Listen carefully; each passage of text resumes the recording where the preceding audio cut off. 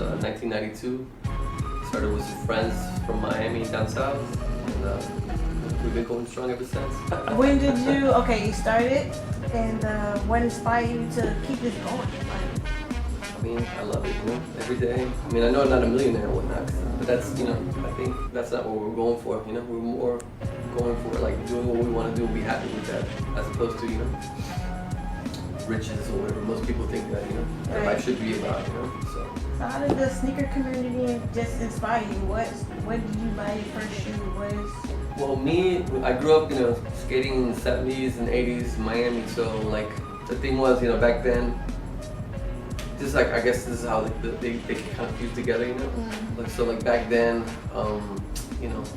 if you were a skateboarder, the only thing that was out there for you really were like surf companies, which you really couldn't relate to because surfing and skateboarding are two different things. Right. I mean, I know they kind of got inspiration from each other, but they became their own thing separately, So slowly, like companies like Stussy started showing up, and I mean, they had to do a little bit more craft and hand styles, and things like that. And growing up in Miami around graffiti kids, and Right.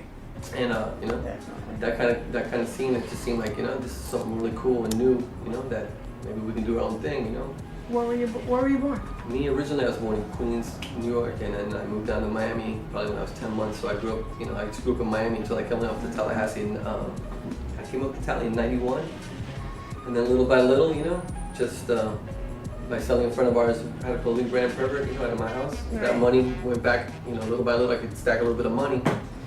And then one night, just drinking with a friend of mine I used to be a DJ at a hip hop bar over here. My friend Andre Prine, amazing DJ, still to this day. He was just like, maybe we should start a store already, And I was like, yeah, because you're drinking, you're like, oh, it sounds great, but the plausibility was just like, nah, it ain't gonna happen. But of course, Andre being the dedicated guy Andre was, he signed a lease. So I'm like, okay, now we're committed to this, you know what I'm saying? Thank you. Yeah, exactly. Because if not, man, it's gonna be floating around and be a psychologist or whatever. But so yeah, I mean, he really made, he basically gave me the motivation, to keep this going, make something real, something for the community, rather than just a generic box store, you know what I'm saying, that you find anywhere. Yeah, definitely. Mm-hmm. So what's your favorite shoe? My favorite shoe? Yeah. From all times? Yeah. It's gonna probably be the Reese 4 Wheat Camo Dunk that came out back in probably 2003 or 2004, I can't remember, but it wasn't a high top, it's a low top. Okay. And it was made during, if I remember, it was made during Thanksgiving, so the theme was like turkey hunting, so it was like tree camo, and then it had like a burlap, burlap in the toe box up here, which is like burlap with like the turkey sack. Usually when you kill a turkey, you put in a turkey sack, right. You know what I'm saying? And then it had like hunter insulation, like hunter jacket insulation on the inside, the hunter orange, Oh, those have to be sick. Yeah, there's actually I have two pairs, one that I never wear, and one exactly, pair about double of stuff that you actually love. But that shoe, when it came out, when I saw it, because the thing was, it really looked like it was handmade. The stitching, as opposed to what the regular stitching with the machine does, it literally looks selling, So I'm like, man, this is amazing. That shoe, now, but initially, really, the first shoe that really made me take notice of shoes was Stan Smith's, like the Adidas back in probably 77 or 78. There used to be like a little, oh my God, that shoe. When I saw it, I'm like, I want that. That white and Kelly green, It had like the foam tongue with the dude's face on it. That was like, my favorite shoe back then.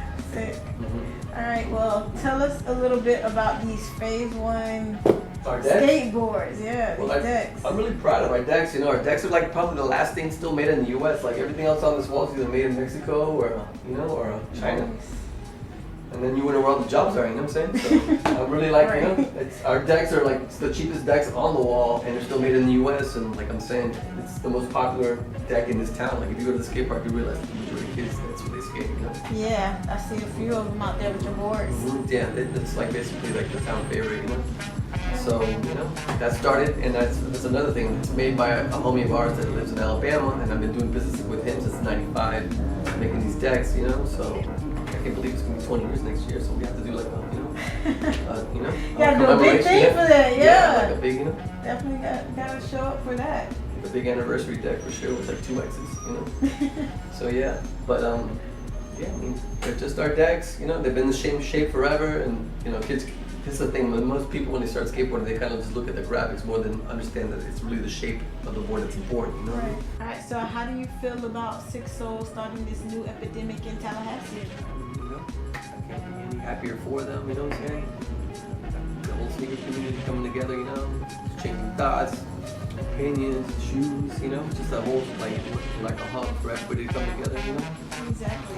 Actually experience a sneaker show. That's what I'm saying. Everybody like, you know, that has the Get that same love. yeah, the same love can actually come out and just like, you know, pine over everybody's shoes, you know what I mean? So I think it's a great I think it's a really good thing, you know. I'm happy that, you know, we're getting it together like that. Alright. I'm moving basket. And you ready to start phase one.